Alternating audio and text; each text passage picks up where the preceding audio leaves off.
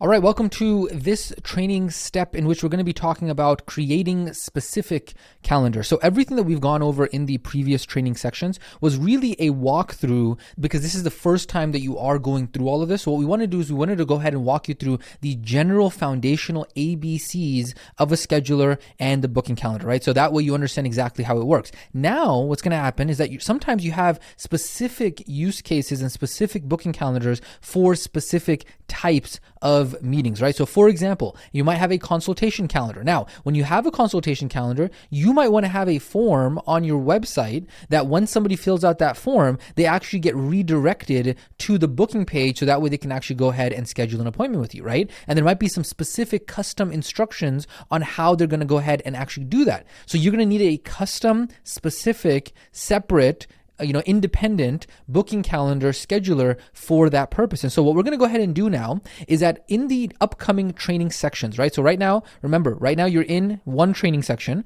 What's going to happen is in the training sections right after this, we are going to go ahead and one by one, in each of their own individual training sections, walk you through some of these specific booking calendars that you can go ahead and create. Now, just a quick warning on this, okay? You do not necessarily have to set up all of the booking calendars that we are about to walk you through, okay? It depends on what your use case is and if you see that you want to go ahead and create or set that one up. So the big key thing here is do not be overwhelmed by this, because sometimes we see students who just want to be spoon-fed or just want to follow blindly and they're like, oh, you know what? I just did what was in the training and now I'm overwhelmed.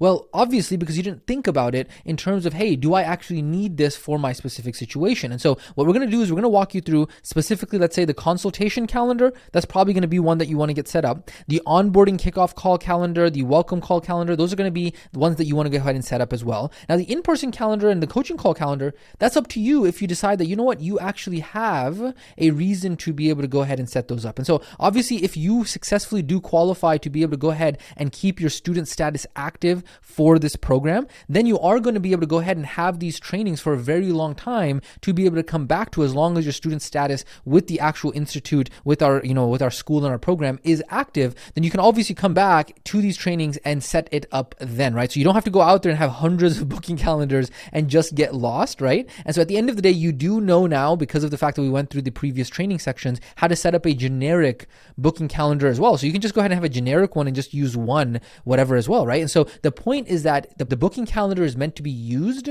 The point is not to just have a whole bunch of booking calendars. You can just kind of stick to just one or two or three and then just go ahead and use that only. So with that being said, what we're going to do now is we're going to go ahead and in the next training section, we're going to walk you through the specific booking calendars one by one. And so with that being said, let's go ahead and jump into those next training sections and walk you through how to be able to set those up. We will catch you in that training section.